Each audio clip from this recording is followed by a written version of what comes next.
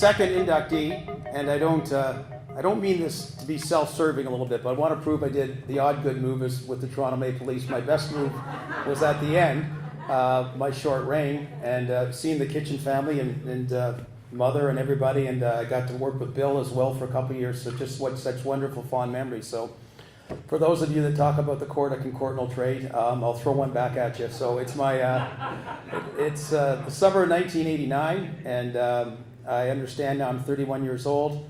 Harold Ballard is 86 years old. I understand what that means more now. My dad's 86. I kind of get it now. I didn't get it so much back then. But anyway, so it was a unique environment. And it was, at that point, all the vultures were moving in. Yolanda was like vice president. It was just strange. She was in the wheelchair. Kids were going on, all that kind of crap going on. So George Armstrong didn't want to coach, and we had to figure something out, and all this, it just was strange. So in the midst of this, Mike Kitchen came to see me in June, and he had been a part-time assistant with the Newmarket Saints for a couple of years. He sold, like, it was a quick copy, right? There was some printing house, so he's selling. Imagine that. He's hustling downtown Toronto. And then the Friday night games were a lot of them from the Newmarket Saints, and he would fight that rush hour traffic and get there a little frazzled.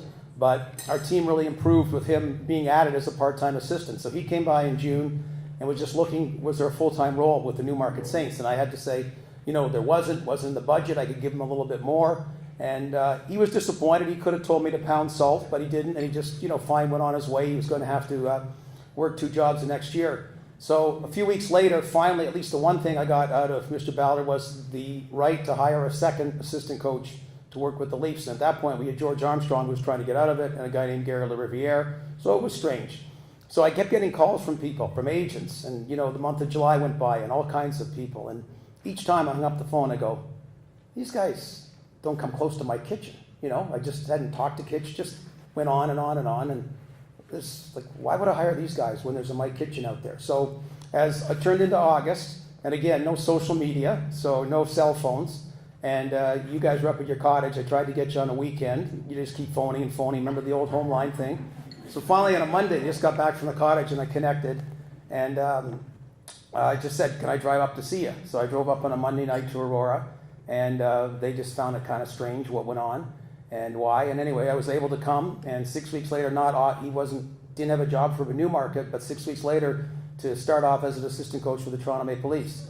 And it was, and again, the point being is, aside from the incredible genius of myself and modesty, nowadays you got to apply online, and you got to do all this kind of crap. And, the Hall of Fame's about your gut feel, right? It comes down to your gut feel about certain things. And like I said, Mike owes me nothing. This was an easy move. I wish everything was that easy.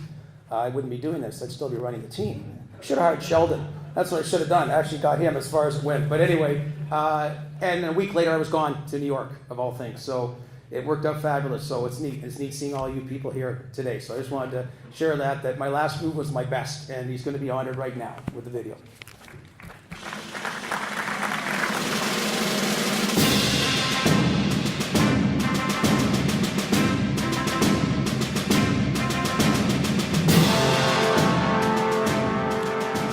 Mike Kitchen was born on February 1st, 1956, at the South Lake Regional Center in Newmarket. His love for ice hockey began when he was a boy, skating with his friends on an outdoor pond in his yard, where they would play until their feet were beyond frozen.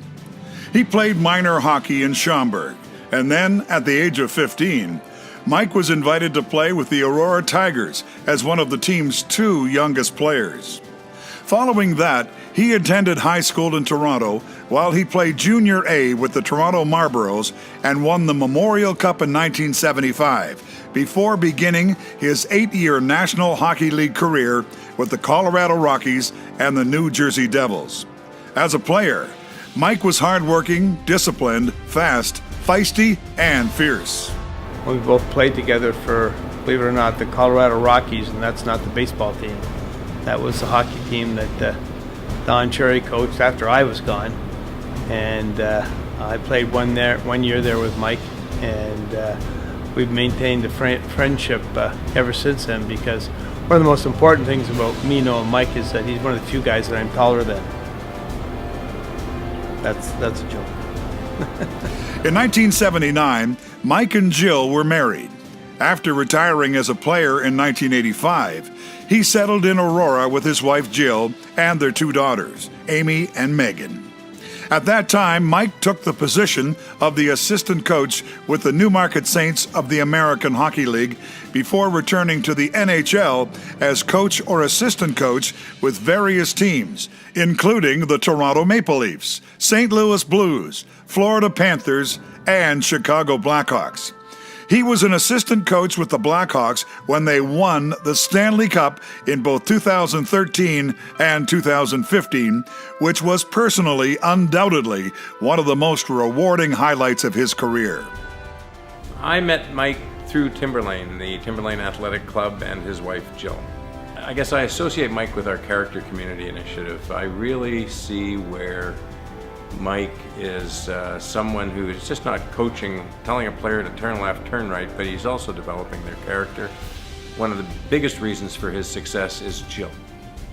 I think his wife is an absolute motivating, energetic lady that you cannot help but be around her and succeed in whatever you do or feel great about what it is you're doing. And I see that exemplified through Mike and everything he does. Kitch used to work out at Timberlane. It's not there anymore, but I used to work out there too. And one day I saw him on the Stairmaster and he was going like crazy and he was sweating like a pig, and we have that in common. So I went up to him and I started chatting with him about hockey and various things, and he found out that I was the head coach of an Adam team here in Uxbridge. So we talked a little bit about that, and he said, "When do you practice?" Our next practice is in Sunderland, Ontario, which is the coldest arena on the face of the earth, and it's at 7 o'clock in the morning. And he said, "I'll see you there." He showed up, he was early. He took my kids, and it's a split group, so he took my kids and the other team that shared the ice at the same time in Sunderland with the ice caked on the walls. He was great with everybody, and then he took the following 2 teams, which were also from Uxbridge, and he ran the practices. And I don't know that I have ever experienced, professionally or personally on that kind of level, such graciousness. Mike Kitchen has always set a good example for his players in health and fitness, and encouraged them to do their best in all areas of life. He loves teaching and finds it rewarding when a player takes skills he has learned in practice and is able to gain confidence to bring the new skill to the game. He attributes his strong work ethic to the life lessons his parents taught him to work hard and do your best. His work ethic, his ability to communicate and know the game. We have issues regarding rules and situations, wondering how they're playing out. We'll call Mike Kitchen and run it past him and ask him how it's working in real time in the National Hockey League with the Blackhawks and what he sees out there. It's great to see a guy like Mike finally, bask in the aspect of winning a Stanley Cup and having his family share it and being able to bring that cup home in the summer. And so I think it's good for the community of Aurora again to have an individual like Mike Kitchen represent them in Chicago and in the coaching business. Kitch survived the volatile world of hockey coaching with unparalleled success. Throughout his 27-year coaching career, Mike found time to give back to the community through causes such as South Lake Regional Center, Cobequid District Lions Club, Aurora Optimists, Children's Wish Foundation, and more. He has brought back the Stanley Cup to our local community to inspire young players, and has created many unforgettable moments for young patients at South Lake. I'd like to congratulate Mike and his family. It's well deserved, this honor that Aurora is presenting to Mike, and I hope they have a great night. Congratulations, Mike. Truly an honor, and we're really proud of you. And I think I can speak still for all of Aurora. Well done. And now we are proud to welcome Coach Mike Kitch Kitchen as a member of the 2016 class of inductees to the Aurora Sports Hall of Fame.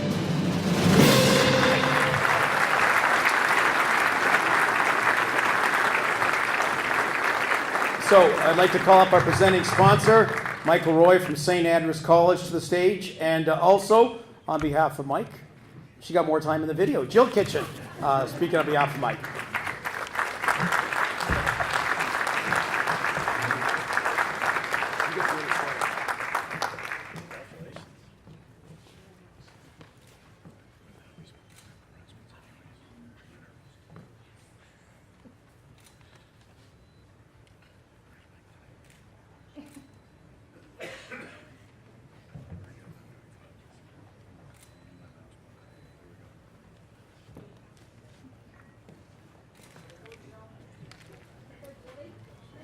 We'll grab the plaque too, and then we'll get the picture.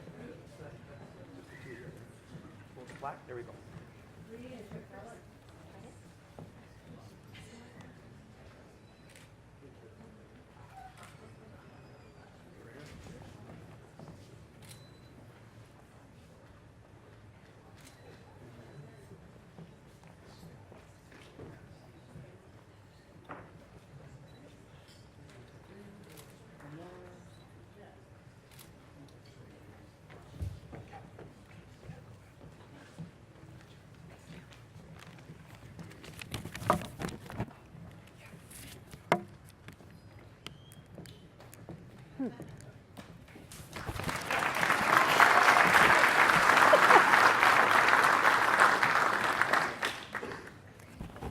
Good evening, and I'm speaking on behalf of Mike. Thank you for this great honor.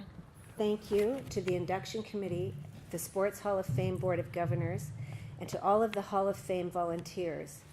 I'd also like to thank Nancy Black and our inductee liaison, Melanie Teague, for her patience in dealing with us, and especially to Don Harrison and Tim Jones for nominating me.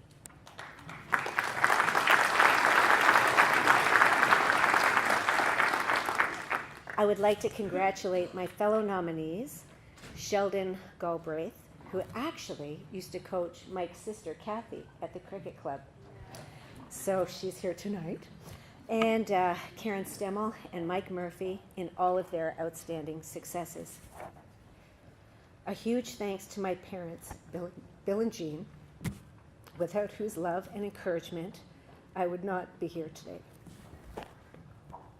To my wife Jill and our amazing daughters, Amy and Megan, who have been pillars and who have supported me all of the way on this crazy, wonderful ride.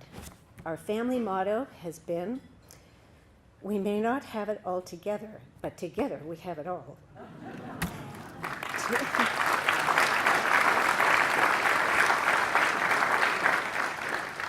To our friends who have always cheered me on, no matter what color the jersey is. And thank you to all of my coaches, but in particular, George Story and his daughter is here tonight, and Mo Shank, who gave me the opportunity to play as a 15-year-old with the Aurora Tigers. Also to George Armstrong, who was the coach with the Toronto Marlboros, who would lead us on to win the 1975 Memorial Cup.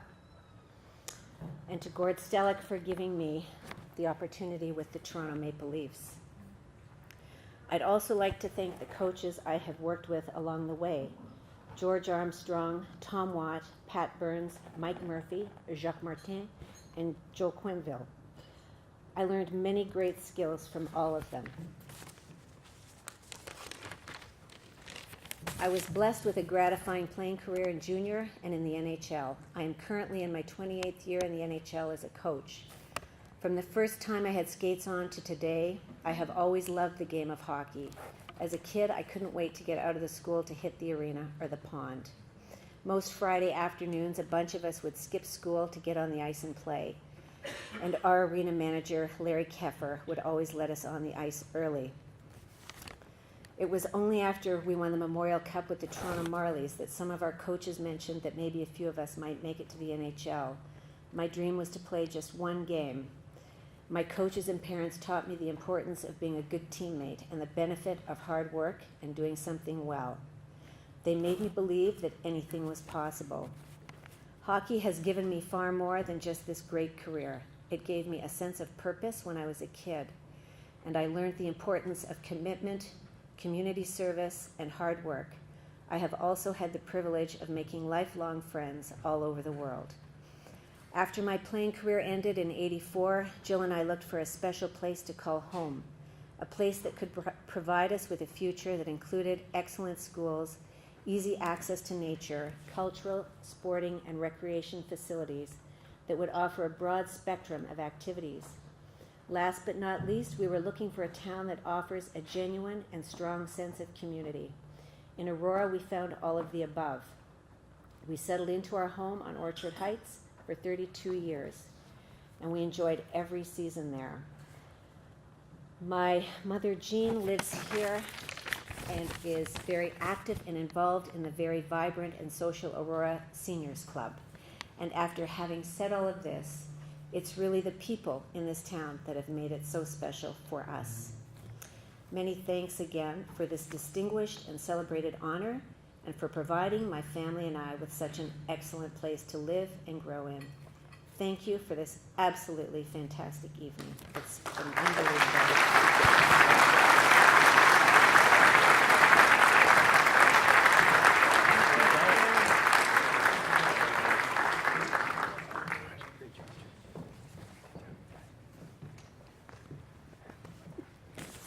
Jill Kitchen, she was scared.